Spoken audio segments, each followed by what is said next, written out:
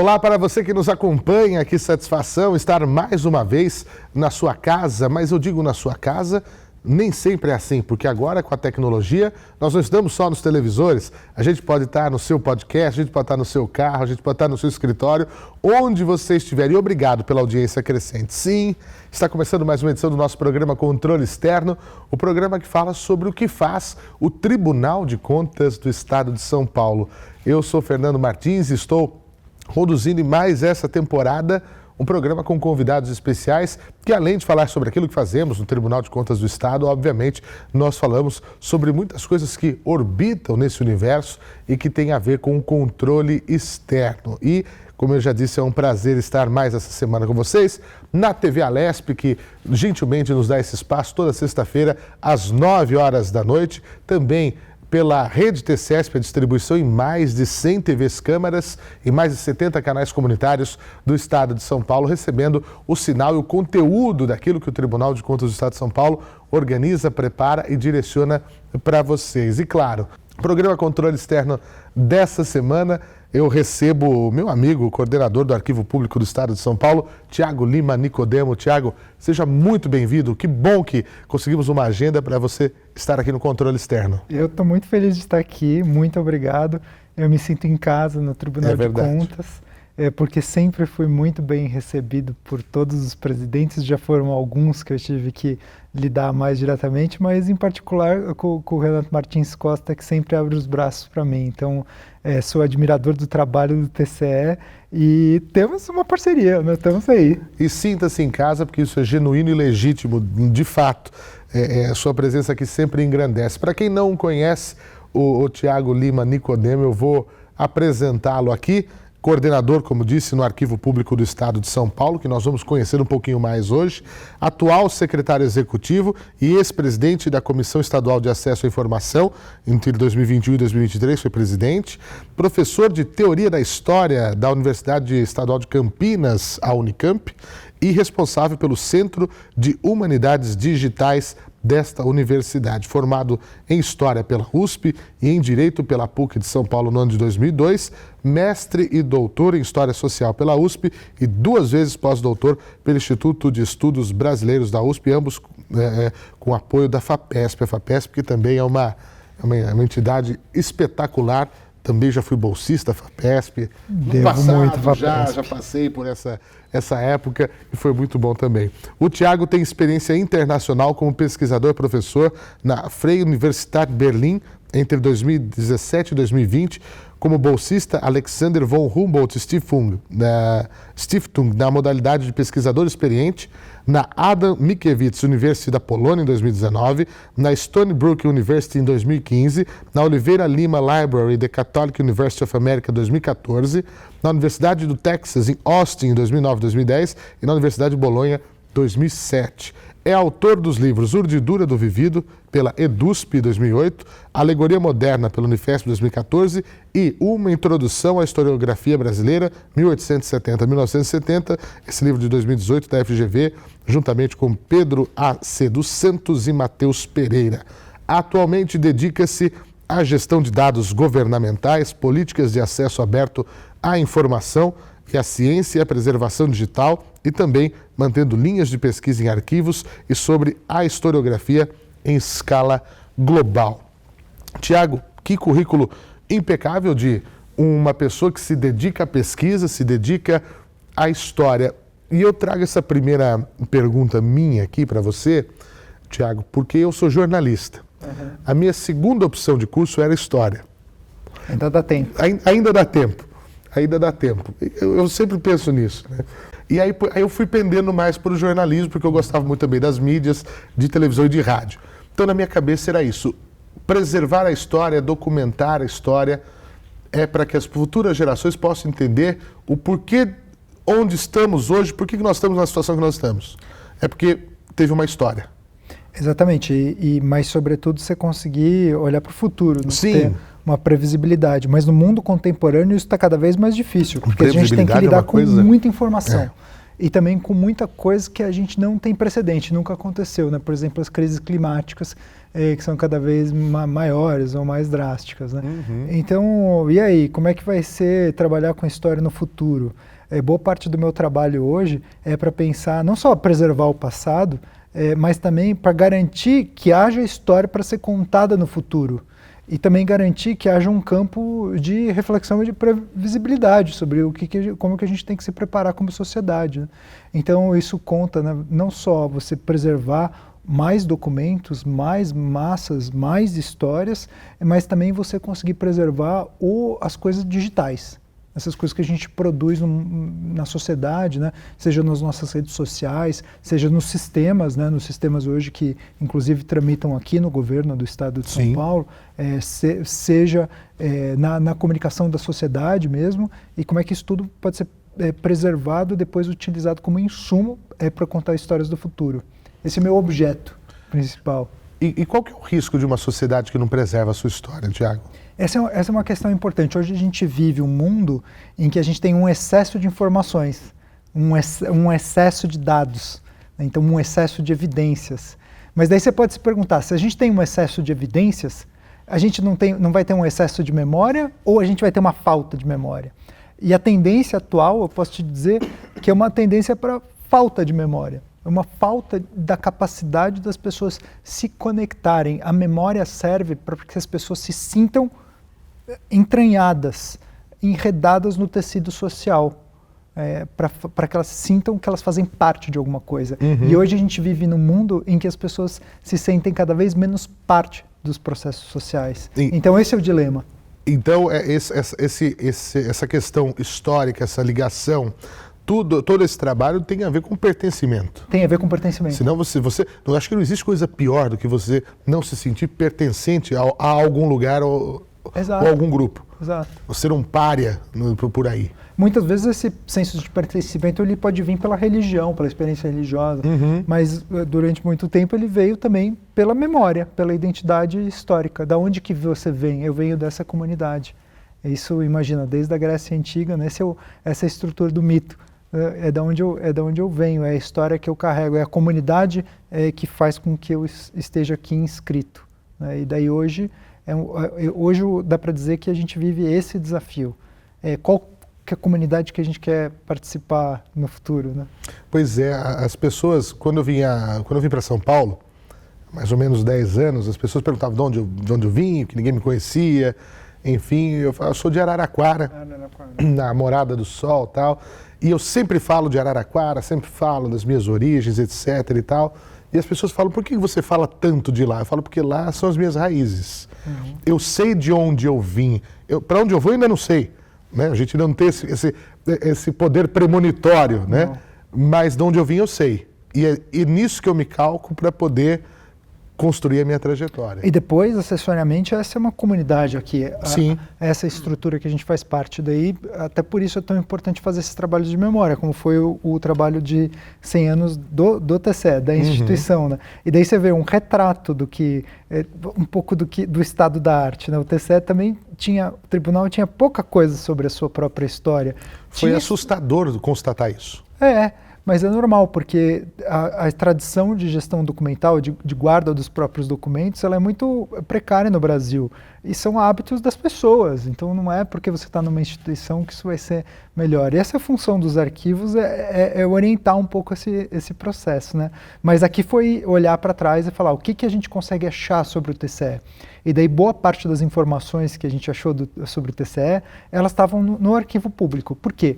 Porque o arquivo público, dentre as coleções que a gente tem a coleção da Secretaria de Governo, vamos dizer assim, o baú do governador, quando ele fazia, o secretário do governador, ele ajudava a fazer os despachos, isso, tomar as decisões, exatamente, e daí guardava num baú, isso praticamente desde que existe capitania.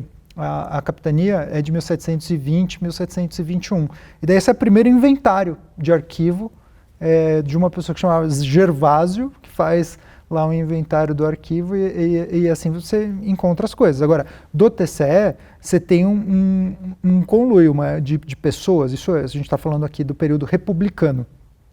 Então, de 1889 para frente, a Primeira República, né? E daí o que acontece? Você tem um ganho de autonomia da província de São Paulo. Então, São Paulo ganha uma disputa, as províncias fortes ganham uma disputa para ter mais liberdade como federação. Essa é uma característica da Constituição, que ela é federativa. Uhum. E daí, quando eles ganham liberdade para quê? Para implantar a política pública, para arrecadar e para distribuir os recursos. Então, o que faltava?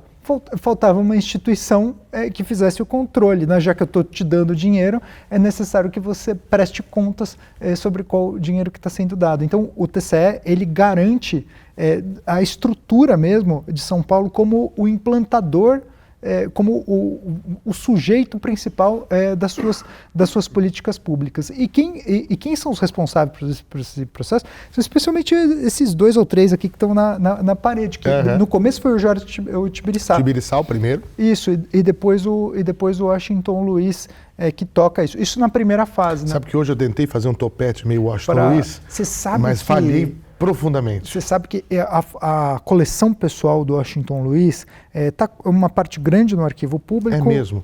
Porque eu sou muito fã dele. Eu também sou fã dele. E ele foi prefeito, governador e presidente, e ainda foi historiador. Então, como é que eu não posso ser fã desse cara? Exato. E daí tem uma parte que é de fotos que ficou no Museu Republicano de Itu, que hoje responde ao Museu Paulista e à USP, não há parte carinhosa também e daí está lá a coleção. Mas o pessoal que estuda o Washington Luiz fica apaixonado porque acha que ele é bonitão também.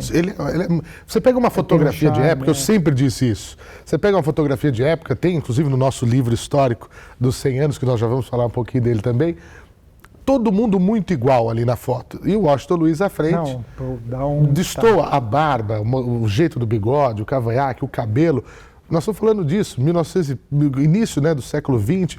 Ele parece que tinha uma visão diferente do mundo. Eu gosto muito de 3 personalidades históricas brasileiras. José Bonifácio, Washington Luiz e Bento de Abreu Sampaio Vidal. Caramba! São 3 pessoas. Bento de Abreu tinha uma visão também muito, muito especial. Você procure você aí saber quem são. O José Bonifácio, acho que é mais fácil as pessoas saberem, e o Washington Luiz também, mas Bento de Abreu também. Pessoas tinham uma visão diferente, né, de cidades, do mundo, do que poderia ser feito por esse país. Mas nós temos essas personalidades que são fundamentais para essa construção. Mas começamos em 24, mas durou pouco a alegria, né? Porque já vem acabamos de nascer e já o Brasil, porque o Brasil é isso, né? O Brasil, eu falo que é esse sarapatel de coruja, que é uma coisa maluca, né? Que você acha que está tudo bem, de repente muda tudo, né? Em 1930 você vem com o Estado Novo, uma série de coisas. Então nós vivemos uma história muito conturbada nesses 100 anos. Já fechou por causa dessa disputa entre o pacto que privilegia a federação e um governo centralizado. E daí fica um cabo de guerra. Né? E esse cabo de guerra, na década de 30, pende para o governo federal instituir as próprias políticas. Agora, essa foi uma ideia articulada pelo Jorge Tibiriçá, né, no começo, em 1890, e a gente está fazendo hoje, lá no arquivo, com a TV Cultura, um conjunto de 13 documentários sobre essas instituições e as políticas que foram instituídas uma vez que São Paulo teve essa potência. Então, a imigração, a ferrovia, mas não só isso também, o controle de doenças infecciosas, porque você está colocando as pessoas na cidade, daí vai gerar problemas, né? A vacinação, que é o caso do Butantan, que foi criado para isso. Daí você também tem que colocar todo mundo lá, então você precisa abastecer com água, então o Complexo da Cantareira, então você começa a ver que tem, e daí polícia, escola, tudo isso precisa ser literalmente instituído, é para criar coisas que não existem, do zero. O Estado vai começar a fazer essas coisas, ele não fazia antes, né? A escola, por exemplo, você não tem uma sistemática de educação estadual ou nacional nesse período. Então você tem que inventar, você tem que estruturar. Daí, o que ficou claro a partir da Constituição é que vai ser São Paulo que vai fazer, mas daí vai precisar arrecadar e vai precisar distribuir. E daí o Tribunal de Contas foi virando esse lugar, né, que as pessoas reconhecem, porque ele tem essa autoridade fiscalizatória e ele obriga, né, os municípios, então ele tem essa característica da vascularização. Onde você vai, as pessoas entendem que elas devem cuidar do patrimônio público e cuidar do dinheiro, ter governança, ter responsabilidade, porque o Tribunal de Contas está lá, olhando, ajudando, enfim, formando, mas também fiscalizando. Né? Pois é, eu percebo isso quando a gente roda no interior. Né? E o interior de São Paulo é outro universo. São Paulo nós temos 645 municípios e tem regiões que você fala assim, não, isso aqui já não é mais São Paulo, não é possível. Então, não tem cabimento. Isso aqui ainda é São Paulo, ainda é São Paulo. E vim aprender muito sobre cidades que eu sequer tinha ouvido falar aqui. Pois é, exatamente. Agora a gente tem uma história legal sobre isso, viu, Fernando? Porque na implantação da Lei de Acesso à Informação, isso foi de 2011 para 2012, a Lei de Acesso à Informação de 2011, mas em 2012 foi o processo de implantação em São Paulo, com um decreto que é o 58052, que não foi revogado recentemente, mas valeu até hoje para isso. E daí o que aconteceu? O TCE e o arquivo se aproximaram, porque o arquivo tem a competência de assessorar os municípios. Qual que foi a ideia? Foi o seguinte, olha, não tem como você ter transparência pública se você não souber cuidar dos seus documentos. E para cuidar dos seus documentos, você vai ter que ter parâmetro e orientação técnica. E daí foi feita essa parceria e o arquivo ajudou a fazer um documento que se chama Guia da Transparência Municipal. Isso gerou muito sucesso, porque ele fez com que muitos municípios implantassem a Lei de Acesso à Informação e tivessem um mínimo de transparência instituída. E daí isso entrou na métrica, no índice municipal, como é que chama mesmo? IGM. No IGM do TCE. E daí deu um resultado muito legal. E agora a gente está instalando sistema eletrônico de informações nos municípios. Quer dizer, a gente está digitalizando os municípios paulistas. E até hoje isso é um projeto da secretaria, que o arquivo faz parte, que é a Secretaria de Gestão e Governo Digital, e do governo como um todo, e daí a gente vai levar esse sistema gratuitamente para os municípios e já 470 municípios assinaram. Os 6 cidades têm... 6 cidades.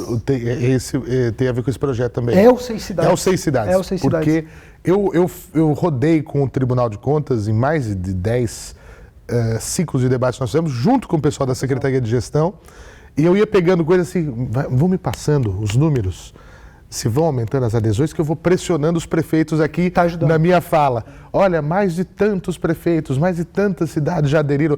Eu ia fazer como se fosse um sorteio de uma coisa, né? Mas é importante, vocês têm, e acho que o pessoal está entendendo. E olha como é importante. A gente fala do arquivo público, onde a gente fala de história, de preservação, mas o arquivo público está olhando lá na frente para desburocratizar, para agilizar sistemas. E digitalizar, porque é o que nós vivemos hoje. É que são os documentos, né? A ideia é a seguinte, você precisa ter uma governança hoje, não só dos documentos em papel... E transparente. Mas para que haja transparência, você precisa ter parâmetros para organizar os documentos. Então precisa haver um investimento em gestão documental. Não adianta achar que você vai fazer transparência sem ter gestão documental de base. Não adianta. Você não vai saber onde está. Então esse é o fundamento. A mesma coisa que se ativou durante a implantação da LAI, agora está se ativando nessa nova experiência que é de gestão documental eletrônica. Você precisa ter um mínimo de governança. E daí, junto com isso, o município ele tem que instituir uma tabela de temporalidade, que é o documento que vai dizer todos os tipos documentais que são produzidos no município, quais que podem ser eliminados e quando, e quais que têm que ser preservados e nunca podem ser destruídos e como. É isso que diz uma tabela. Daí a gente fez uma tabela que serve para os municípios, de forma geral. O município pode instituir a dele, mas para aderir aos 6 cidades ele adere à nossa tabela municipal. Legal. E daí ele também se compromete em instituir uma autoridade de gestão municipal. Porque daí ele não só vai digitalizar, mas ele também vai agir sobre o passivo em papel. Quando ele agir sobre o passivo em papel, ele pode eliminar, normalmente você consegue eliminar com a tabela de temporalidade 80% dos documentos, de forma segura. E daí você guarda 20%, mais ou menos, que são os documentos indestrutíveis, que têm valor histórico ou probatório. E esses são os documentos que a arquivologia considera permanentes. Esses são os que entram dentro dos arquivos públicos. E aí você não corre o risco de aparecer naquele programa acumuladores compulsivos. Exatamente. Então a história, preservar não quer dizer isso, só guardar. Vamos imagina quanto dinheiro que a gente gasta. Você imagina, eu estou falando para vocês que se você faz gestão com responsabilidade, além de ter transparência, e a LGPD é a mesma coisa, viu? Porque você não vai conseguir resolver um pedaço se você não conseguir tratar o todo, o fundamento. Óbvio. Então assim, você consegue eliminar, no final das contas, 80% da massa e só guardar 20%, de forma cientificamente organizada e comprovada e segura. Então, assim, como que você vai fazer um contrato de gestão documental para o todo? Como é que você vai encher um órgão de papel que não deveria nem existir? Qual que é o fundamento disso? É má governança. Então essa é uma luta também, algo que a gente está negociando com vocês, com o TCE, de conseguir colocar no IGM ou qualquer outro índice um parâmetro que avalie a qualidade da gestão documental naquele município. Agora, para isso, os municípios precisam ter condições, né? Assim, boa parte dos municípios de São Paulo não tem, né? Até para o mínimo, né? Para TI, computador, essas coisas. Então, acho que é um desafio para a gente, porque a gente também vai cobrar, vai ensinar a fazer, mas a gente também tem que injetar alguma coisa. De forma consorciada, em núcleos maiores? A gente pensou agora em emenda parlamentar. Em emenda parlamentar, sim. Mas eu acho que tem aí os parlamentares que estão ouvindo, ó, fica a dica, é uma boa causa. Sem dúvida, sem dúvida. E mexe com a memória, né? Porque daí você vai mexer com essas cidades, elas vão mexer nos seus documentos, elas estão instalando o sistema digital, e daí todas vão querer também tratar, fazer seus arquivos, fazer seus centros de memória. Então a gente tem no arquivo um centro de assistência aos municípios para isso. E daí, assim, o dado maior de produtividade, aquilo que nos deixa mais feliz, é criar um arquivo no município. Sem dúvida, eu acho que isso é espetacular, para dar acesso, para dar transparência. Quando você fala da transparência, eu, como jornalista, quando eu estava do outro lado do balcão, nas redações, nos veículos de comunicação, era uma tragédia você conseguir ter acesso, buscar informações municipais, uma coisa que você não conseguia. Hoje o acesso é muito mais fácil. Aqui no Tribunal de Contas, no nosso site, você encontra absolutamente tudo. O nosso portal da Transparência Municipal é um dos mais visitados, um dos mais buscados pelo público e também com destaque na mídia. Isso que você está falando é fundamental, porque a lei de acesso à informação, ela cria um sistema, que é o Sistema de Informação ao Cidadão, o SIC, e depois os setoriais. Isso. Eu fui o gerente desses setoriais no Estado, né, do processo e do sistema durante 3 anos. Agora é o ouvidor geral, o Dias, mudou para a controladoria. E foi legal também esse processo, porque foi uma sinalização de importância, né, essa mudança de mandar para uma controladoria. Mas daí eu convivi com esses pedidos. Mas essa é a transparência passiva. O que você está falando é transformar a transparência passiva, aquilo que se pede, se demanda do Estado, e o Estado já dá de antemão. Isso você vai fazer também tendo uma autoconsciência do dado, né? Porque você sabe o que é pedido, então você também, não é só regulamentação, é você ir lá e você já coloca de cara o que o cidadão está pedindo. Outro fato curioso é que eu fui, até hoje, né, eu sou o secretário executivo, mas eu fui o presidente desse comitê de última instância, que arbitra no limite se o Estado deve ou não conceder uma informação para alguém, para um cidadão. Então tem que lidar com muitos casos sensíveis, né? Por exemplo, os casos de critério para distribuir vacina na pandemia, ou a tecnologia da vacina, tanta coisa de polícia também que bate, ou fila, hospital, fila de transplante, ou até questões mais escandalosas, por exemplo, quando existe alguma desconfiança sobre algum gestor público, os jornalistas perguntam qual a sua agenda, o que ele fez, com que ele se encontrou, e daí todas essas situações elas têm que ser mediadas e arbitradas, né? Então é bem uma experiência. E a gente, nós jornalistas, somos chatos por excelência. Mas é importante, né? Não, controle social. É uma brincadeira, óbvio, mas é um braço do controle social. A gente está ali junto com o cidadão, né? Para fazer coro ao cidadão. E é muito importante, sem dúvida. Tiago, nosso tempo é muito curto. Eu queria ouvir de você como é que foi ter participado desses processos do nosso centenário, porque eu vou resumir, no documentário e no livro histórico. No documentário, que foi uma peça assim, brilhante, Paulo Pastorello e companhia, né, em nome dele, que dirigiu esse documentário, 100 anos de cidadania, que está em nosso canal no YouTube para você assistir na íntegra e no nossa homepage, no tce.sp.gov.br, já vai direto. Conseguiu, de uma maneira muito especial, tirar nas entrevistas, né, esse substrato e também com um baita arcabouço histórico, né, e jurídico da nossa história, e depois com um livro que foi recém-lançado, o primeiro centenário de muitos outros que virão. Como é que foi poder participar dessa história, desse capítulo, dessa parte da história paulista e da história brasileira? Foi isso. No começo a gente, assim, o Tribunal de Contas, por meio da Bibiana, né, que é a diretora da escola, me procurou, a gente já tinha uma relação próxima, e daí me levou ao Renato Martins Costa, e ainda quando ele não era o presidente, foi durante a gestão do Dimas, do conselheiro Dimas, mas já se preparando. Né? Mirando esse ano. E daí ele falou: Tiago, a gente precisa de uma ajuda, a gente não tem muito de onde tirar esse subsídio para fazer uma pesquisa. Eu falei: conselheiro, me dá uns estagiários, põe eles no arquivo, vamos montar uma pesquisa, né? E daí o projeto, graças à atuação da Bibiana também, foi ganhando mais corpo. Então, esses estagiários, eles acabaram virando pesquisadores de vários níveis. Isso. E daí a gente começou a coordenar a pesquisa lá, e depois de um tempo entrou a professora Iris Cantor, que é minha colega do Departamento de História Vizinho, né, da USP. Também uma sumidade. Uma sumidade. Ela teve um papel muito importante. É necessário dizer aqui que ela foi até o motor do livro, viu? Ela foi a grande articuladora, a que entendeu o produto. E, claro, com o Zé Reinaldo, que é uma pessoa espetacular, né, que é professor da Faculdade de Direito e tem uma segurança, uma experiência para discutir direito administrativo incrível, além de ser uma pessoa também muito, muito solidária, que é aberta, que compartilha de verdade, assim, e é um pesquisador experiente também. Então daí a equipe foi ganhando corpo, né? Então ficou essa tríade, né? Eu, Zé Reinaldo e Iris, e o Ariel, que foi o pós-doutorando contratado também para ajudar a executar. Então, junto com a Iris, aliás, para fazer a devida, ele também é o motor da execução do livro.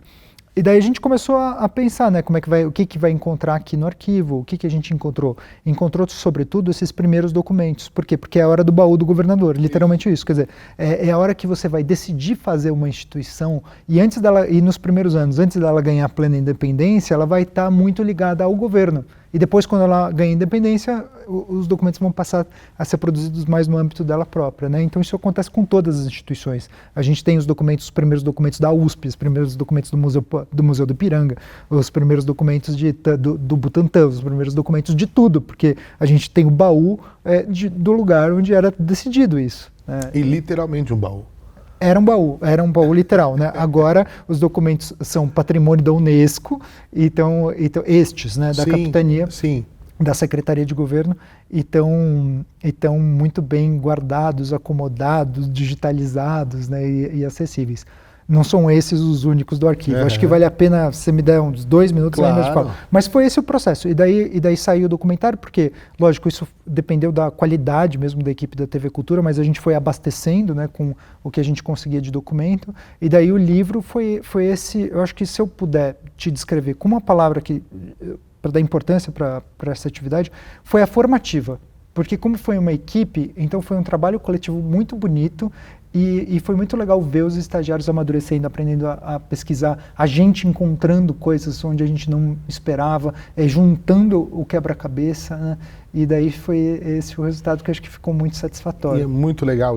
Olha, Tiago, eu queria agradecer e para resumir, nosso tempo está estourando, sobre o arquivo, quem quiser saber mais, o que faz o arquivo, como é que pode encontrar vocês? O arquivo é público, fica na Voluntários da Pátria 596, tem uma exposição permanente hoje que chama Presença Negra, então vocês podem vir, vocês estão convidados, e o arquivo hoje, o que tem? Né? Ele tem esses documentos do governo, e até hoje recebe esses documentos, ele tem os documentos da imigração, então quem conhece lá a parte do Museu da Imigração, boa parte dos documentos que estavam na hospedaria de imigrantes hoje estão conosco, então a gente também emite muita certidão por causa das pessoas que estão buscando passaporte, se conectar com seus ancestrais, suas origens, né? E a gente também tem a documentação de polícia que é muito forte, então todo o Departamento de Ordem Política e Social e outras derivantes de polícia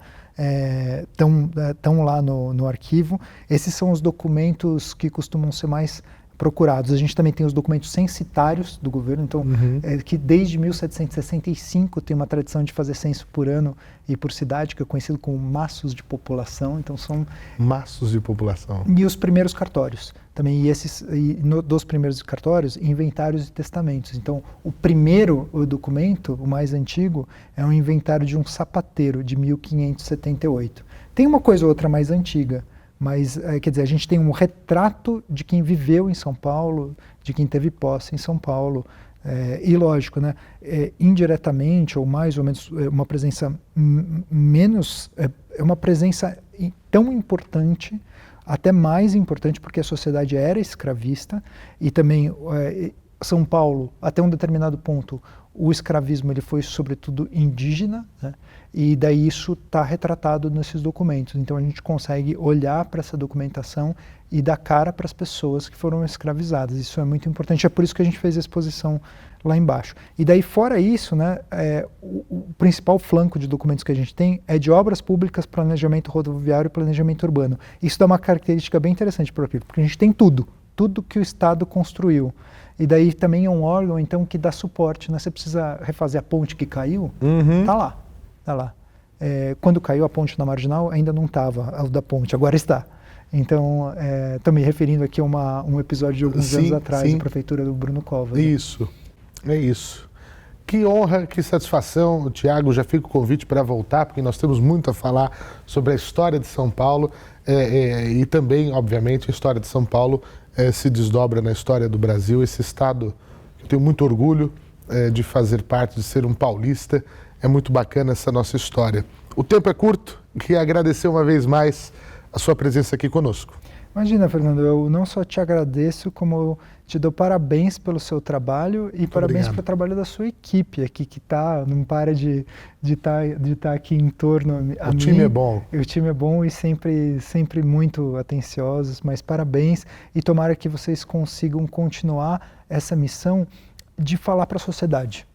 Eu acho que de fazer com que temas que parecem que não são que são mais complexos, que falam sobre a lógica do Estado, né, que depende de uma iniciação, tornar isso transparente para as pessoas, para que elas entendam a importância e saibam valorizar e a gente possa melhorar o nosso trabalho também.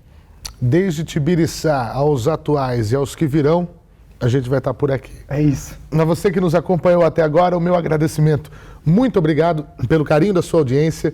Nós estaremos de volta na semana que vem. Se quiser mais informações sobre o nosso tribunal, é claro, acesse tce.sp.gov.br. Siga-nos também nas redes sociais. Tchau.